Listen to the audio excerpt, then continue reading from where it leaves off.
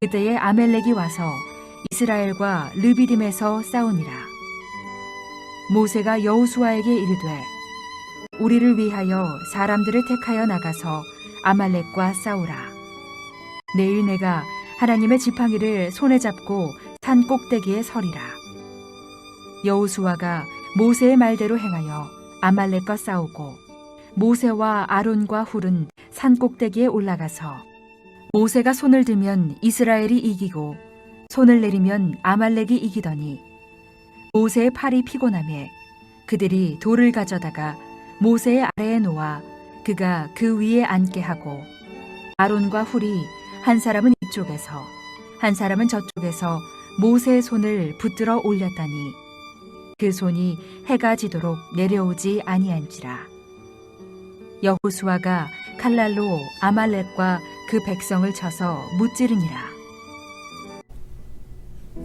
커피 전문점에 가면 에스프레소가 있어요.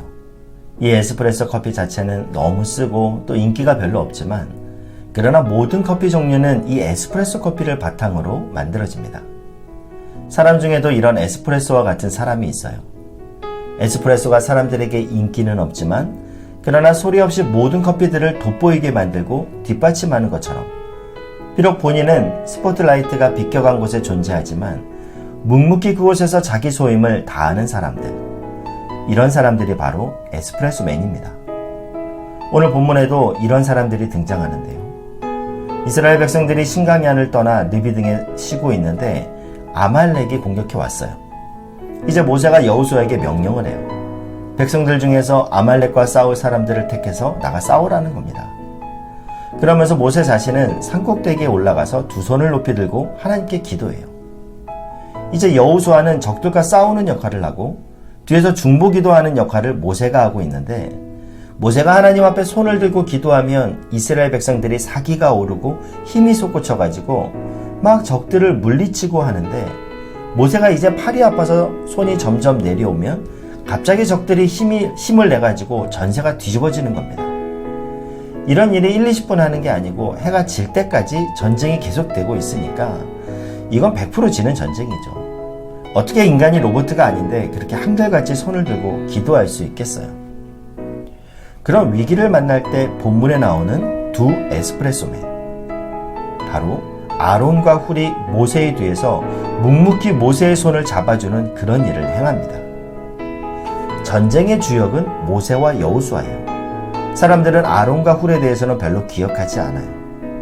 그리고 모든 사람들이 적어도 모세 같은 역할을 하거나 여호수아 같은 결정적인 역할을 하길 원하지 묵묵히 뒤에 서서 남의 팔이나 들어주는, 그것도 해가 질 때까지 그런 일을 하다가 자기 인생을 마치는 걸 원하지 않습니다. 그런데 하나님께서 일하시는 방식은 모세와 여호수아 두 사람만 힘을 내면 이기는 것이 영적인 원리가 아니더라고요.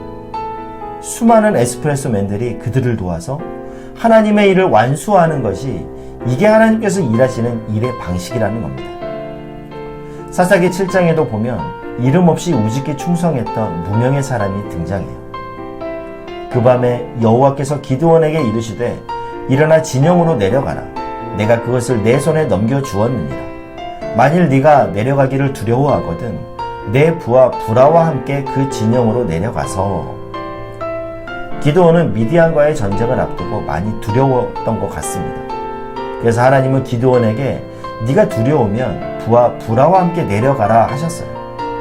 여기서 브라가 맡은 역할은 지도자 기드온이 두려워 떨고 있을 때 조용히 그의 옆에서 함께 동행해 주는 겁니다. 이 브라는 사사기 7장에 한 번 등장하고는 더 이상 그의 이름이 거론되지 않아요. 근데 여러분, 모세와 기드온 같은 주인공 역할이 아니라 아론과 훌, 그리고 브라와 같이 커튼 뒤에 숨어서 묵묵히 수고하는 일을 하면서도 그들은 어떻게 그토록 기뻐할 수 있었을까요? 대답은 간단합니다. 그들에게는 믿음이 있었기 때문이에요. 어떤 믿음이요? 세상은 무명의 인물 아론과 훌이나 브라와 같은 엑스트라를 주목하지 않지만, 세상은 온통 주인공 모세와 같은 역할만 주목하지만, 그러나 우리 하나님은 이런 무명의 아론과 훌, 그리고 브라와 같은 사람도 기억하시고 그들의 수고도 주인공 모세와 똑같은 무게로 인정해 주신다는 믿음이 있기 때문이에요. 히브리서 11장은 이름만 대면 다 알 수 있는 믿음의 거장들이 열거되어 있습니다. 아벨, 에녹, 아브라함, 이삭, 야곱, 모세, 여호수아. 그런데 여러분, 히브리서 11장은 그렇게 끝나지 않습니다. 믿음의 거장들의 이름을 열거한 그 다음에 이름 없는 무명의 용사들, 35절부터 보니까요. 여자들은 이름도 없어요. 여자들은 자기들의 죽은 자들을 부활로 받아들이기도 하며 또 어떤 이들은 더 좋은 부활을 얻고자 하여 심한 고문을 받되 구차히 풀려나기를 원하지 아니하였으며, 그 다음에 보면요. 또 어떤 이들은 이름이 없어요.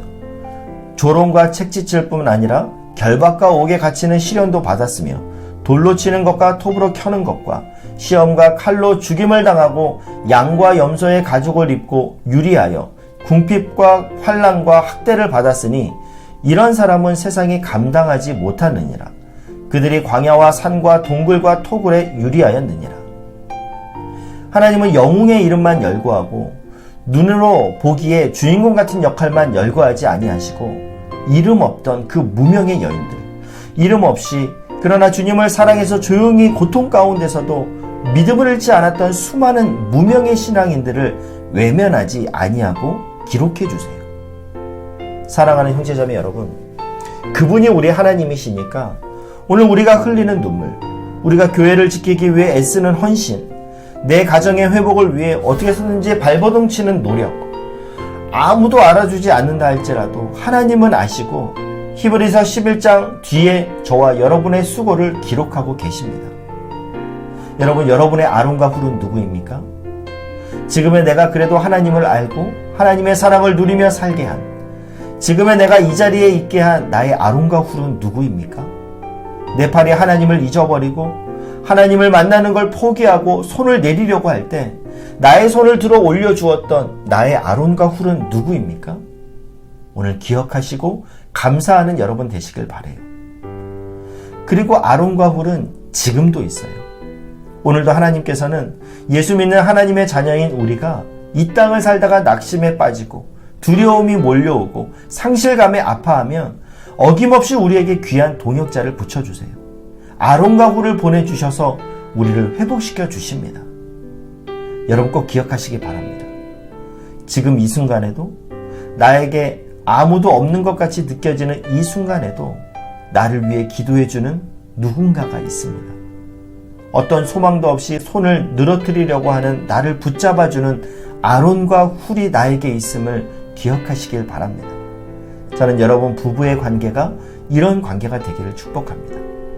그런가 하면 여러분이 누군가의 아론과 훌입니다. 하나님이 허락하신 가정 가운데 하나님의 나라가 임하고 사랑하는 자녀가, 남편이, 아내가 잘 되기를 바라며 조용히 기도하며 섬기는 어머니들, 아버지들, 여러분들이 가정의 아론과 훌입니다. 그런 아론과 훌로 인해서 여러분의 가정은 쓰러지지 않을 것이고 오늘도 다시금 굳게 세워질 것입니다. 아무도 나를 위해 기도해주는 사람이 없는 것 같이 외톨이처럼 느껴진다 하더라도 하나님은 오늘도 날 위해 내려가는 나의 팔을 붙들고 기도해주는 누군가를 반드시 옆에 붙여주십니다. 그리고 그런 자의 손을 올려주는 아론과 훌이 바로 여러분이라고 말씀하세요. 이 믿음으로 오늘도 온전한 승리로 하나님 앞에 서는 저와 여러분 되시기를 주님의 이름으로 축복합니다.